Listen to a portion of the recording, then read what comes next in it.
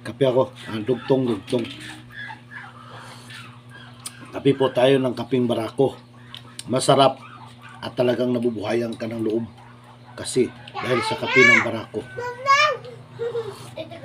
Napakasarap at napakainit. Walang dandahan para hindi mapasok, mga idol. Sabi ko lang po sa mga content creator natin. Ayan, shoutout ko para muna. Si Adventure Jopelio Adventurous Vlog at saka si Junalyn Kabili. At shoutout din natin si Mix TV. Si Mix TV yung ano natin, talagang kumakain to ng mga kahit ano-ano. Shoutout din natin yung mga kaibigan natin, no, na talagang sumusuporta sa atin sa channel natin. At wag saglit lang po. May masasabi lang po ako sa mga content creator natin at sa ibang mga content creator. Huwag kayong mamili. Huwag kayong mamili kung sino yung re-replyan nyo o sino yung basta nakipag-friend sa inyo, i-friend nyo. Kasi isa rin yan, nakakatulong din yan sila. No, kahit maliit pa bahay nila, umaangat kayo dyan. No, kahit pa paano, tayo ay magtutulungan. Kasi kung walang pagkakaisa rito, wala. Hindi ka naman sikat katulad nila. Na isang kimbot lang, milyon agad yung views.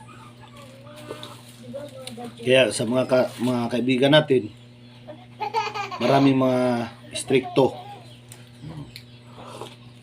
strikta, no? Kaya wag. Ang masasabi ko lang, kahit gaano ka pa kapirahan dyan, kung nakakatulong naman kaming mga maliliit na content creator, kahit pa paano, pansinin nyo kami. Pansinin nyo sila. Kasi sa isang view nila, score mo yan. Kaya ang dapat ito, magtutulungan tayo. Diba? Tapos magbakas tayo sa mga videos na pinupuntahan natin. Kasi isa rin yan sa nakakatulong sa kanila. Pag nagbakas naman sila, siyempre, balikan nyo. Diba? Para at least, pag sila nandun sa bahay nila, mababasa nila kung sino ka. Tapos, pupunta na naman sila doon para manligaw sa iyo at mag-iwan ng kahit ano. Diba? Yung iba kasi, sila lang ang may gusto.